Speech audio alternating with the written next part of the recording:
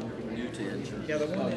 Y'all can continue eating, please. I'm going to introduce our speaker. Everybody hear me okay? Yeah. Pretty good. Kevin and I have been friends for a long time. Families who attended church together, but in small groups together. He's been my company lawyer for the last 10, 12 years. So we know each other really well. He's the managing partner of the Dunagan law firm. He's board certified by the Texas Board of Legal Specialization in Labor and Employment Law. He works with small and medium-sized businesses and represents private employers before agencies such as the Equal Employment Opportunity Commission, Texas Workforce Commission, Department of Labor. And he does training sessions on best employment practices and lectures on a wide variety of employment issues. He's married to a wonderful lady named Sean. They have 2 boys, Alex and Jake, and they attend Lakewood Methodist Church. He got his Bachelor of Arts from Baylor University right here in Texas, and he graduated with his law degree from the South Texas College of Law. And it's my pleasure to give you Kevin Dunagan.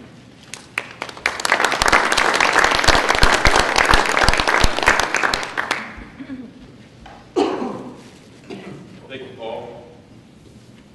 Good afternoon. Good afternoon.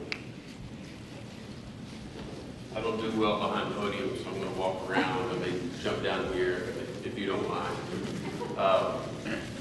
As Paul said, we go way back. It was probably 15 years ago or something that my wife and I were fortunate to meet Paul and Linda. We met at Wynwood Church, Presbyterian Church. We were newlyweds and we were just trying to figure life out.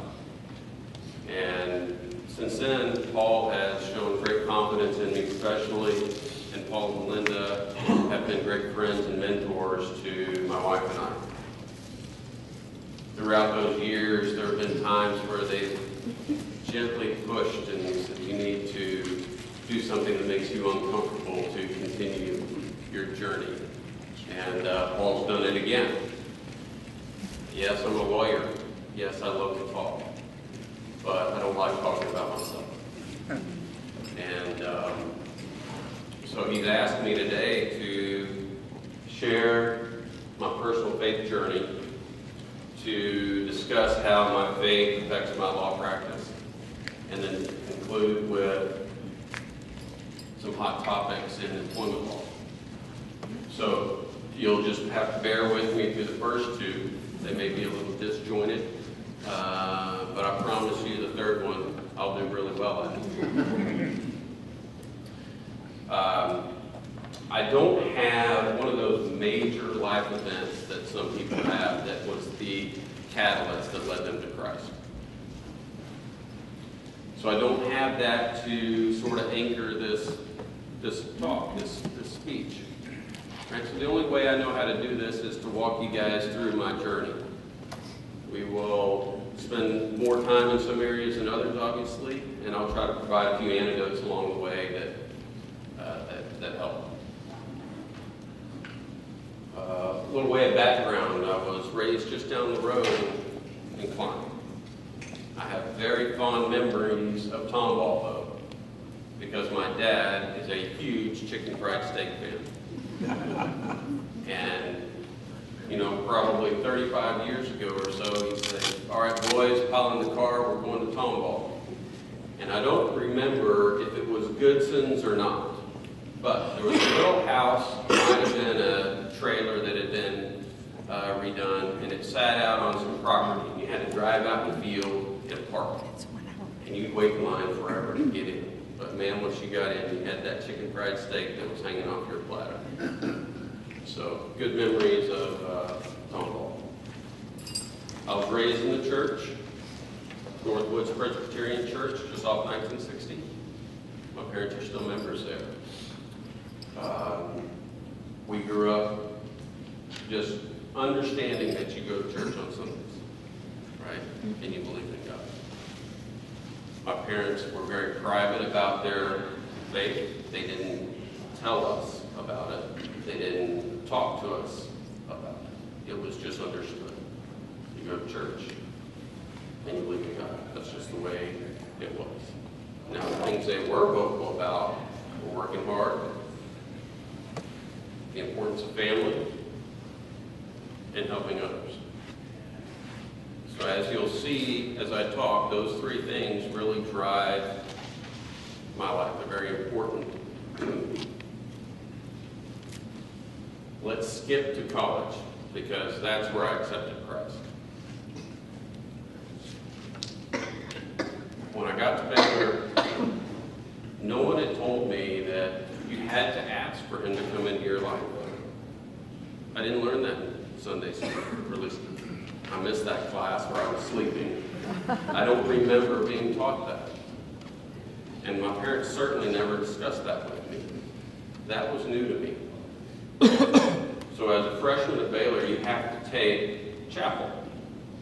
It's not a class anybody really wants to take, because you sit in the auditorium and people like me stand up for an hour and just talk. But it was there that I started hearing these speakers talk about, hey, you know, if you're going to be a Christian, you need to accept God into your life. You need to ask him to come into your heart. And I kept hearing these guys, one chapel session after another, talk about that. What is this all about? Well, one day I ended up in chapel. I sat down, and I ended up on the road myself. None of my friends showed up. There was something else going on, and I chosen not to participate in that. Something told me, look, you need to go to chapel this day. Well, that day, the whole topic was on asking God to come into your heart. And at the end, the speaker said, look, if that's something that moves you or you want to do, then say this prayer with me. And so I did. Alone on that road, I said that prayer, and I'll never forget the feeling that my body had. I got warm all over, and it started tingling. It's a feeling that I never experienced. Yes, I'd gone to church almost every Sunday. Yes, I believed in God, but I never accepted Christ into my heart. So I walked out of there just excited, right? And just next couple days were awesome. And then it hit me. What do I do now? Right? What do I do now? Well, I was very fortunate. I had a great support system at school. A lot of kids there were just on fire for Christ. And they were far more advanced than I was in my faith journey. And so I was able to lean on them, learn from them. Now, don't get me wrong, this is still college, right? I had a great support system, but there are plenty of temptations in college, right? My friends from Texas would come down, Aggies would come down, and every one of them would leave and say, man, your school is twice as wild as ours is. There were 3 girls to every guy when I was at Baylor. Alcohol was easy to get. There was your typical temptations. And one thing that's unique about Baylor is they have a very large percentage of the student body that participates in the Greek system. Most schools, it's a small percentage. Baylor is huge. And so I decided with a bunch of my buddies that I was going to go pledge a fraternity. And so we were going through Rush Week. And that was very interesting and new to me. I was pretty naive heading into school, into college. I was a good kid in high school. I didn't succumb to any of those kind of temptations. And so these parties with the certain party favors and things that were going on was all new to me. And I remember there was one group that I really liked. And I was out one night with them, and I decided not to participate in some activities they wanted me to participate in. And I remember being ridiculed and a bunch of hurtful things said about me, and them telling me, you can forget about joining our group. So I went home that night, and I just started praying about it, saying, look, Lord, if you want me to join a fraternity, then lead me to the right one. And I'm also going to need your help in pushing back these temptations. So I said that prayer and then opened my Bible. and it landed on Colossians 3:2. Opened it, looked down, and that's what I read. Set your minds on things that are above, not on things that are on earth. That verse to this day is what I fall back on when I'm tempted or when I have a tough decision. And yes, there's a whole lot more to it, but I read it simplistically, just for what it says on face value. And it helps me. And it helped me get through the rest of school.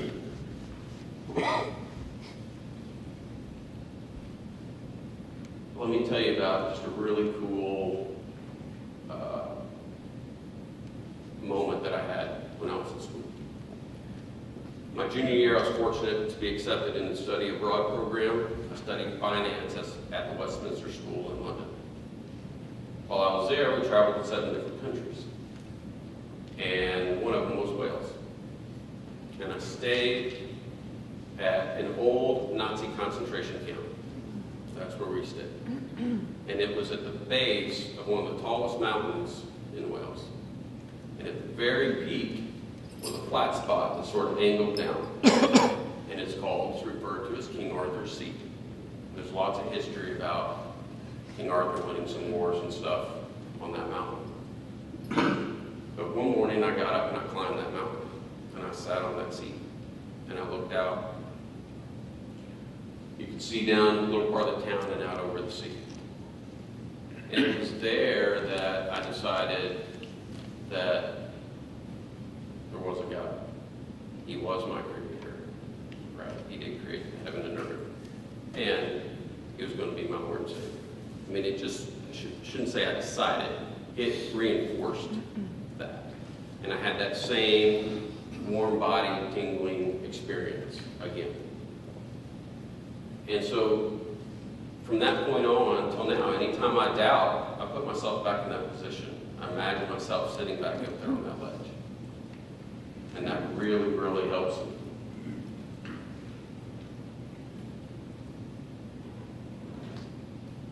So let's jump to law school. It's not something I really like to talk about, not a great time in my life.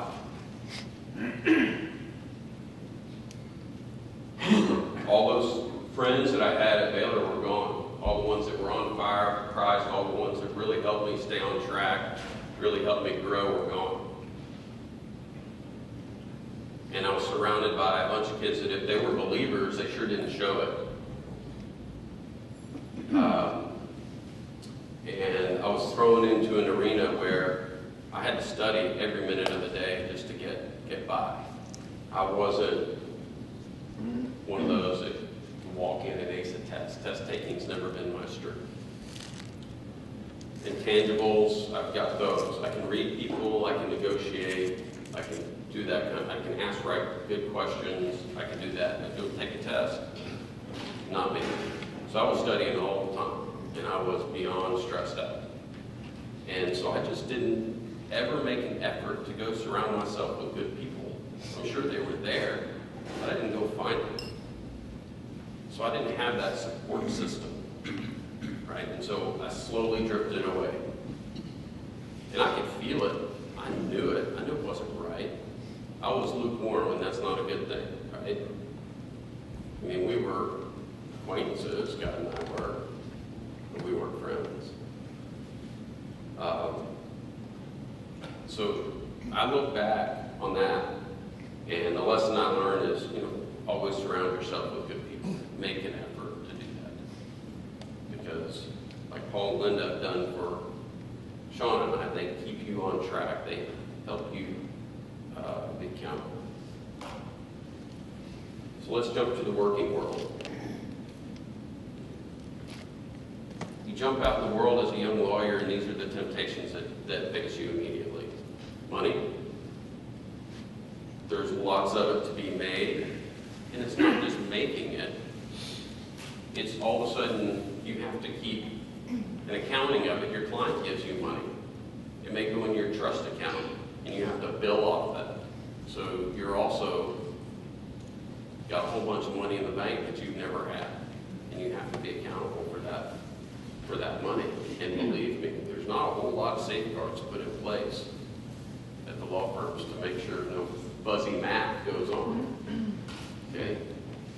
Client services. 2 issues there. One is most firms have billable hour requirements for you to maintain your job. Okay? 22 to 2,800 hours a year. Now keep in mind when you're doing that math in your head that as a young lawyer, you only bill for every 2 hours, 1 hour for every 2 that you work. Right? So if a project takes me 8 hours, that partner's going to say that should have taken you 4, and he knocks your bill down to 4. And so you spend 8 hours, but you get credit for 4. Now go back, and the firm that wants 24 to 2,800 hours, do that math and tell me if it's possible. Without double billing or other things. Unethical conduct. We take oaths. We have ethical rules we have to follow. But you get clients that ask you to do things that aren't ethical, and you just trash that document, and you backdate this document, things like that. And then you get other lawyers that you're in a case against, and they're doing unethical things left and right. How do you compete with that? You're faced with those issues. And winning at all costs means all of that. That's what drives those other ones. Those hit me immediately, and they hit me every week, still to this day. So I'll fall back on Colossians 3:2. Right? It's kind of like the kids these days. It's not in anymore, but they used to wear those bands. What would Jesus do? As a reminder for them. That's my reminder. All right, first big choice that I had to make. I worked for a firm right out of school. I clerked for them in school, and they offered me a job. It was a very good firm. It was sort of a small, medium-sized firm. I had a very nice salary, nice office. Everything was great, right? You know, I'm learning this is what I went to law school for. Okay. Well, the managing partner was an elderly gentleman, and I think he was on wife number 4, and he just got tired. And he walked down the hall one day and he said, "Boys, we're closing the doors." "All right, Richard, when are you closing them?" "Tomorrow." I just got engaged, right? And here I am out on the street. So I go get interviews lined up. A lot of them were with big firms. Okay, I was fortunate to get those interviews. This is where a lasting impression was made on me, was at these interviews. First thing you do is you walk through, they show you the whole place. And while you're walking, now you understand we require 24 to 2,800 hours, right, to maintain your partner track. Oh, and by the way, in there is the cot room. So you're required to keep extra suit and shirt and tie, and attached to the cot room is a locker room with razors and hair dryers and stuff. When I say cot room, I mean like a military cot room. There are cots lined up because you will be spending the night. Then I go sit down for interviews. And I can tell you, I do not remember a single guy that wasn't divorced. Not one. I can't recall one that wasn't divorced. And the one that really hit me was the firm that I really wanted to work for. And I had my last interview, and I walked in. They put me in his office. He was late. His office had pictures of his kids all over the wall. So when he came in and we're making small talk, I asked him about his kids. And he just started crying. His kids had been taken away from him. Not because he wasn't a good dad, because he worked all the time. Wife filed for divorce, and she got him. I didn't go on another big firm interview after that. I made the decision that God had a plan for me, and that plan was not to work at a big firm. So my wife and I had to realize that that salary was going away, right? So I ended up at a small firm. Half the money, but about half the hours. And I had a great support system. One of my best friends and mentors to this day, I worked with Robert Rice for 10 years. And he and his wife were fantastic. And when I had that extra time, I was able to surround myself with good people. I was able to do things outside of work. So I had that support system again. So I reconnected with Christ. The one thing that was always in the back of my mind, and the thing I struggle with to this day, is did I go too far? Because when my paycheck came in, and my buddy calls me, hey, you and Sean want to go to the Riviera with us? And I can't. Hey, come take a ride in my Porsche. And I'm driving a Toyota. Right? Did I go too far? Was there a better compromise there? And that's something that I still struggle with. Second big decision was leaving that firm. The only thing I knew, he was my mentor. He's the one that taught me everything I know today. He's the one that taught me to practice the way I practice today. But as things happen, sometimes it just grows stale, and you just need to make a move. He knew it, and I knew it. Right? So I jumped out on my own. I had my doors open for 7 months that year, and I made more money than I made the year before. Again, I'm a big believer in God's plan. Right? He has one for you. I believe that. It's not the way I would have drawn it up. Right? It takes turns that I would have turned left. He turns right. It still happens today. But there was a reason for it. In my practice, I struggle with, more than I struggle with other lawyers and judges and other ethical issues, I struggle with the money versus family. Because I get paid for every hour I work. If I'm not working, I don't get paid. So how much do I work? What types of cases do I take? What types of clients do I take? Right? So 10 years ago, I just opened my doors. One thing I left out is I played a lot of sports. I was an athlete. And so one thing that I liked to do was I wanted to do some sports and entertainment law. So I was dabbling in that a little bit. So this guy calls me up, hey, I understand you do some entertainment law. Yes, I do. I'd like to come and talk to you about representing my movie company. Awesome. So he comes in and he starts talking about his production company, and he said, look, we need somebody to do a lot of work for us. I'm willing to put you on a $10,000 a month retainer. Now, if somebody walks in my office today wanting to give me a $10,000 a month retainer, that's a heck of a client for me. But 10 years ago, man, that was a whale. That was huge. And he never would tell me exactly what he did, what kind of movies he was making, until I finally said, look, you got to tell me. I need to understand what you're doing. Well, he was making pornography.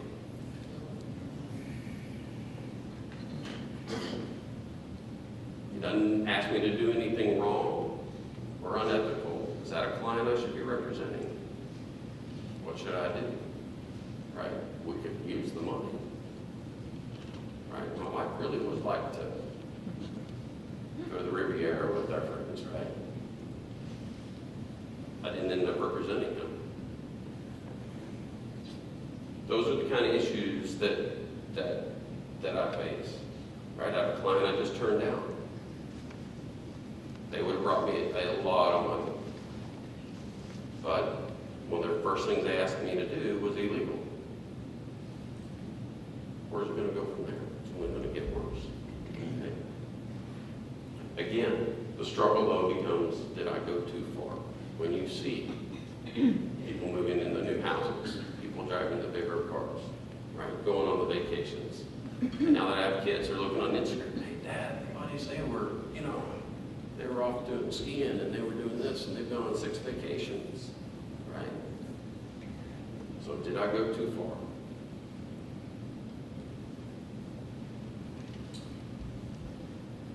Paul, I went to one.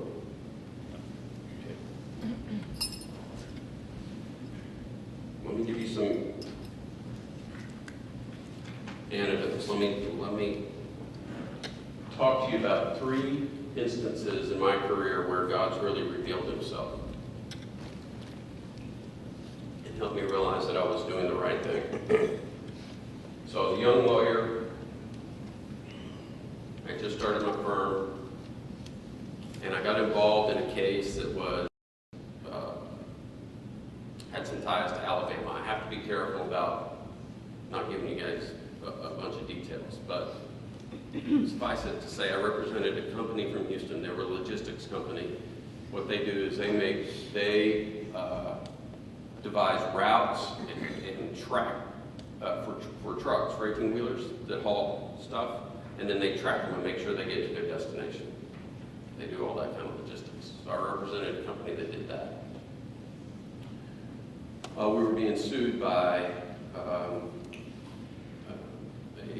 billion-dollar trucking company, and we also had Ford Motor Company in the lawsuit and another Fortune 100 company in the lawsuit. And it was my first experience in the big time. I mean, there was a lot of money at stake, a lot. I mean, so much so that when we went to the courtroom in Alabama, Ford spent $25,000 outfitting the courtroom with special monitors so all the jury could see. The other company spent just that much outfitting the thing with some type of computer where everything could be scanned in and there was no paper, right? I mean, this was a big deal. Well, at one point in the lawsuit, I wrote a letter to one of the lawyers for a big trucking company. And I get a call from the DA after I write this letter. It says, hey, we're going to investigate you, and we need you to come down and ask these and answer some questions about a letter you wrote. I said, what letter and why?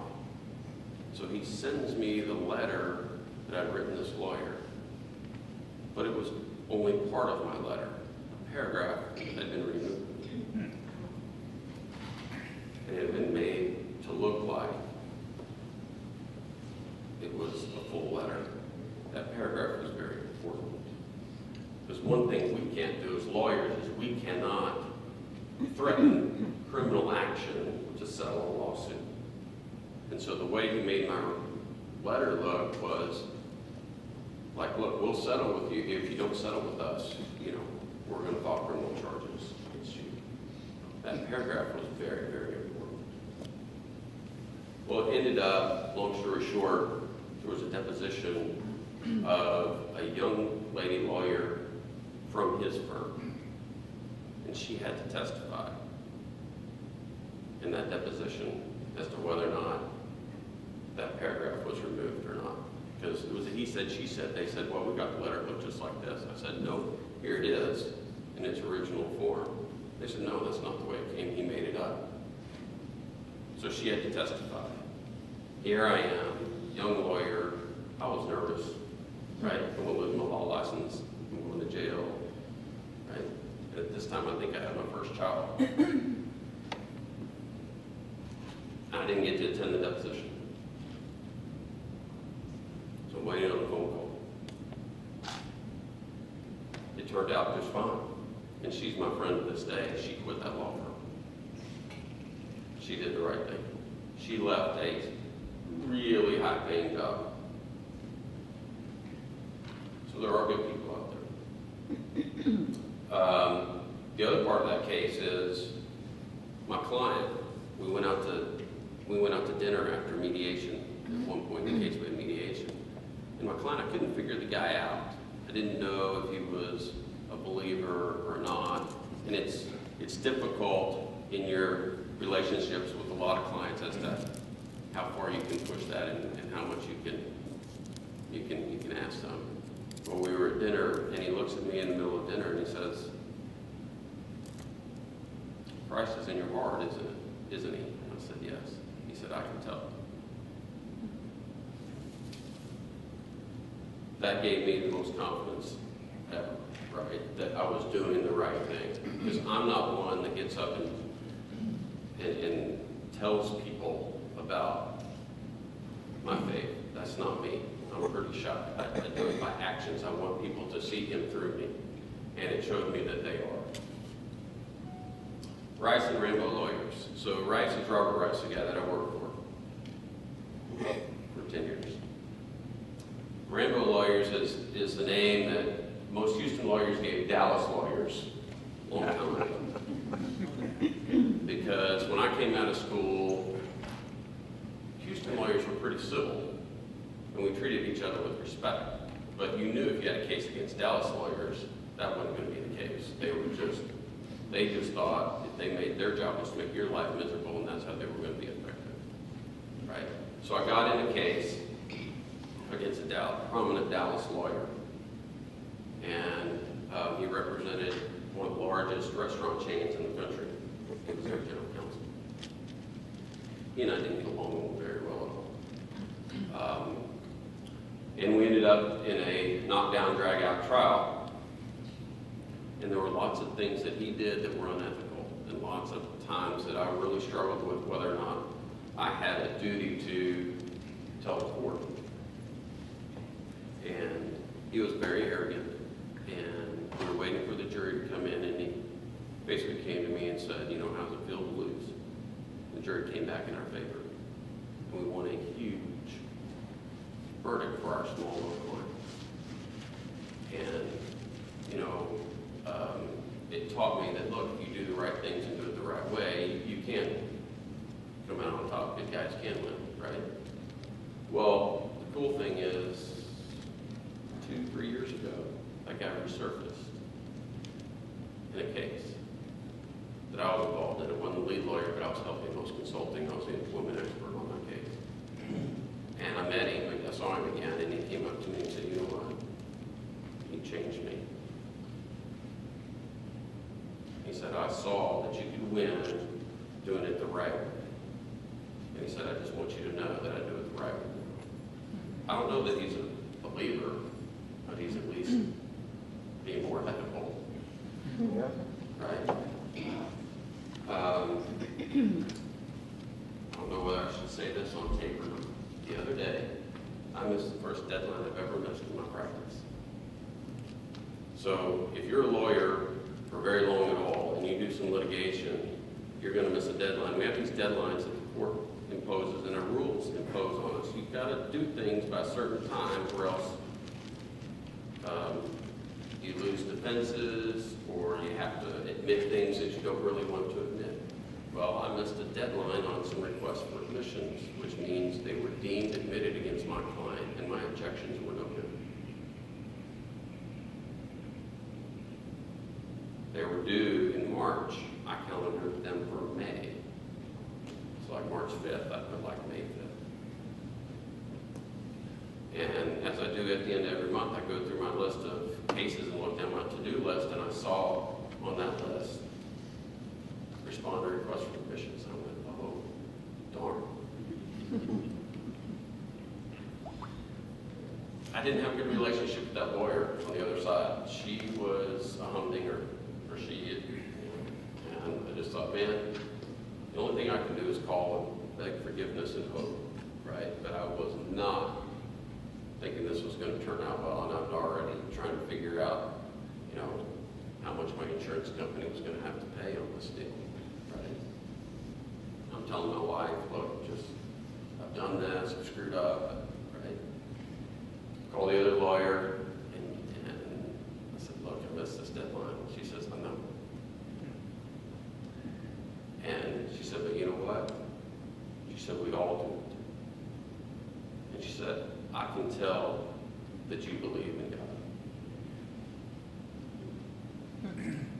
I don't know where that came from. Because she and we're still combated to this day. I mean, she's just very difficult to get along with. She said, I can tell. We met, and I can tell. And so, you're good. She goes, I've missed them. Everybody misses them. Because lawyers know. Anybody but her probably would have been okay with it. Calling her, based on our relationship, man, I was nervous. But she said, no. She says, I can tell. We're like each other. And she said, I'll give you an extension. You've got until the end of the 30 days or whatever. So, where am I today? Well, I'm still trying to figure out if I went too far.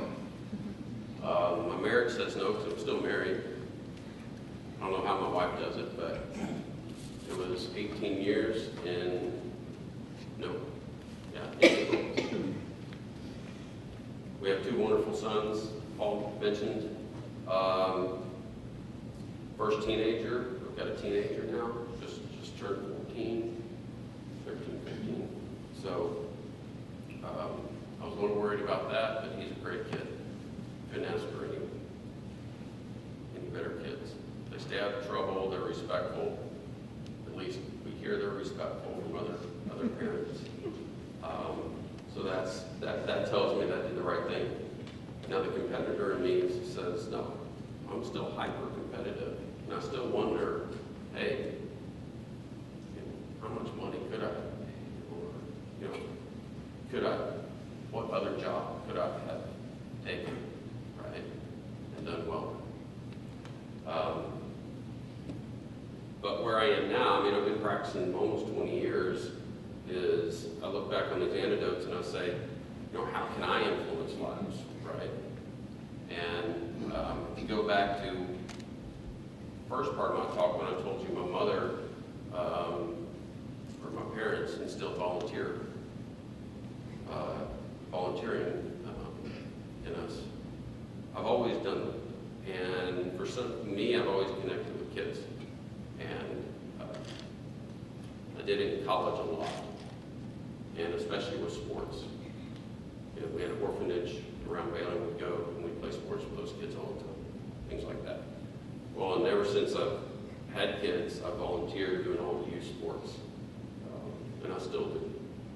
And I get a lot of satisfaction out of seeing kids do better at their craft, but what I'm really in it for is that one kid that you're able to change, that one kid you're able to affect his life, right? And I recently had a cool incident this Father's Day. So it was a young boy that had no father, and you can tell he had a difficult home life. His mother was an awesome athlete. She was a stud softball player, one of the top softball players in the country. But she had sort of gone down a path she shouldn't have taken, and she needed kidney surgery also.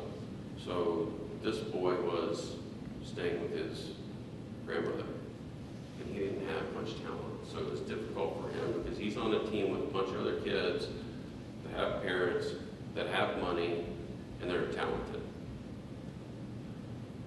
Well, I worked with the kid, and he hadn't gotten hit all year. He finally gets a hit, then he gets another one, and then he gets another one. But after the first hit, I'm coaching third, he triples, comes all the way to third, and he gets on third and goes, Coach, that was for you. Then Father's Day, I get a package in the mail, a note from Kyle, and a shirt that he bought with his own money. So, I'm at the point where there's more to my life than just practicing law, right? It's how can I affect other people? And through my law practice, I do it through pro bono work. I do a lot of cases for free. Again, places that involve kids. There's a school that's in the 4th or 5th ward, and it's the most at-risk kids in the whole city. They only take them, there's a former athlete that runs it. I do work for them. I sit on a board for a school that helps kids with autism.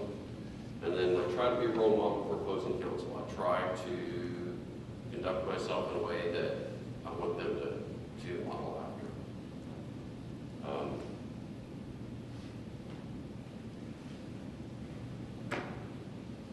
So that was probably a little disjointed.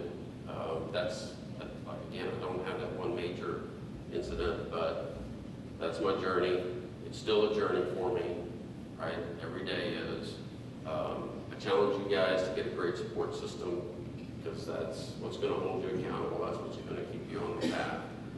And I challenge you to find a verse that you can fall back on, even if it's simple.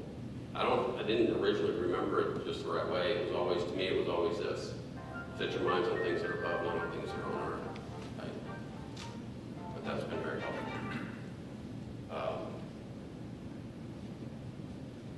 Quickly, hot employment law issues.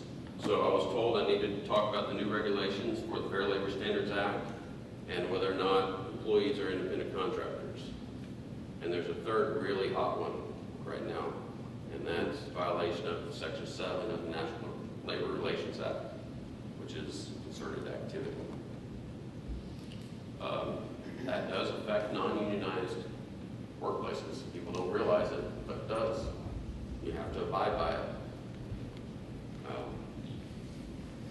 Quickly, the proposed regulations for the Fair Labor Standards Act are going to be released July or September.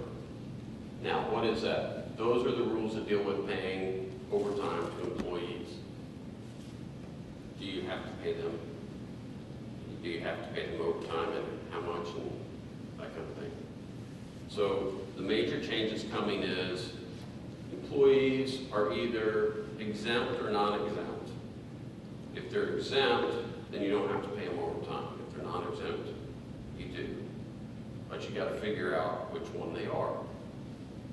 To make an employee exempt, there's a couple steps. And the first step is you have to pay them on a salary basis. And that has to be in an amount of at least $4.55 a week. If you don't do that, then they're non-exempt no matter if their job duties meet all the other requirements. That's the first step. And like I said, if you don't pay them $4.55 a week, then they're not going to be exempt. Well, they're getting ready to increase that to about $970 a week.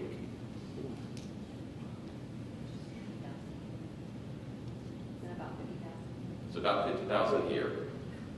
That number may vary a little bit. I've heard as high as 1,000. Heard as low as 920, but 970 is sort of the common number. It's going to affect 5 million employees immediately.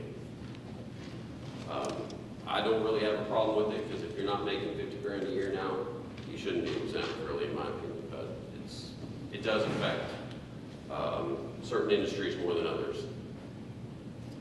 The one that I think is going to be really difficult is the primary duty definition being redefined. So when someone is exempt, to make them exempt, we pay them on a salary basis, and then they have to have certain job duties. And these job duties have to fit in some buckets. And one of the tests is, what is their primary duty? What sort of is what it says their primary duty is, their main duty that they do, right? Well, it's now going to be redefined as that primary duty has to take up 50% of their time. That's California rules, so we're headed towards what we do in the way California does it, which is a bad thing, because plaintiffs' lawyers are super, super wealthy in California for filing overtime cases. I think that's the one that's really going to get most people. Let me give you an example. Restaurant manager, his primary duty may be ordering supplies, doling out the tips after they come in that night, right? Doing all the back office stuff. That may be his primary duty, right? And so he's probably exempt today. But that may not take him 50% of the time. 50% 55% of his time may be walking the restaurant when all the patrons are in there. Well, guess what? He's not going to be exempt anymore. So I think that one's going to be difficult. Employer independent contractor, there's two tests. The IRS has a test, and then there's the economic realities test under the Fair Labor Standards Act, which is our wage and hour law, the one that governs the overtime we just talked about. Companies try to make people independent contractors because they don't have to pay their payroll taxes and they don't have to give them benefits. It allows them to compete on cost better. That's the reason. Well, most people are employees. They're not independent contractors regardless of what you hear, what your employer thinks, or what that company really wants to do. Okay, the IRS test is a long test. You got 20 different boxes to look at. The economic realities test is a 5-point test. Why is it important to know as a business owner whether or not you guys are employees or independent contractors? Because if you're violating that, then you're going to owe all the back payroll taxes. So if you've got a bunch of guys as independent contractors and they're found to be employees, guess what you get to do? You get to go pay all their back payroll taxes. And you might have to pay them the monetary equivalent of benefits that they lost. So it's pretty tough. And then there's some penalties on there. So economically, it can really hurt an employer. The key is 3 things to really look at. Are they able to work somewhere else? I'll put that in all my contracts when we have independent contractors. Big, bold. You're free to go work at Burger Biggie and flip burgers anytime you want, right? They can go work somewhere else. Okay? Are they economically dependent on the employer, or are they in business for themselves? You have to answer that question. And it has to be, are they in business for themselves? And then how much control do you have? Do you set their hours? Do you force them to carry your business cards? Do they have to wear a uniform? Okay. You can look at the 20 steps. You can look at the 5-point economic realities test, but it usually boils down to those 3.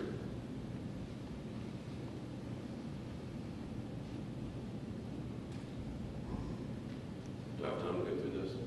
Or do you want me to stop? I think better. Okay. Why don't we stop, and then if anybody has questions about it, they That's can fine. talk to you. Just ask your HR person or your lawyer to read up on the new regs and how they're applying Section 7 to non-unionized workplaces. You will be shocked. So, thank everybody for listening. If you've got questions, I'm happy to take them. I have a quick question. Does this apply to nonprofits? Which one? Like I've worked for our church, and I know Tammy works for. You're talking about the overtime rules? Yeah, just the employment. Salary rules, things like that. Yes. There's some special provisions, but by and large, you guys have to follow the same rules.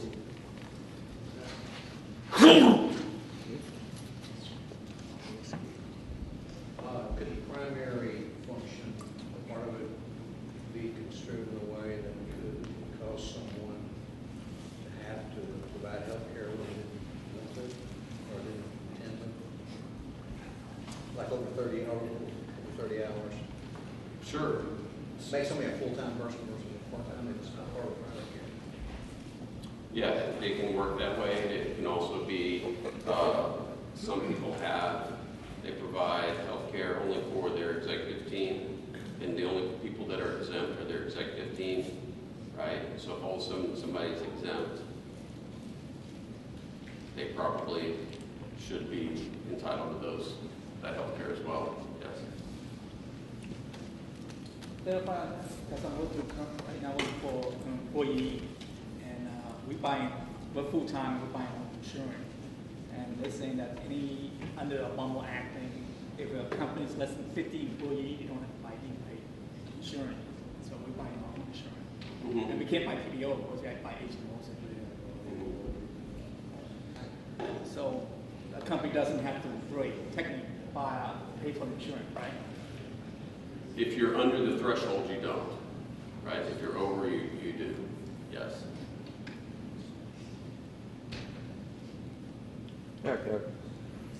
Going back to your days in law school, I'm curious as to why a lawyer chooses civil versus criminal. Is it a personality thing? Is it something that? Employment law found me. It was an accident. Okay. Okay. I knew right away I didn't want to practice criminal law. I just knew that right away. I would have too much internal struggle with representing someone I knew was guilty. Yes. Okay? Yeah. That was an easy choice for me.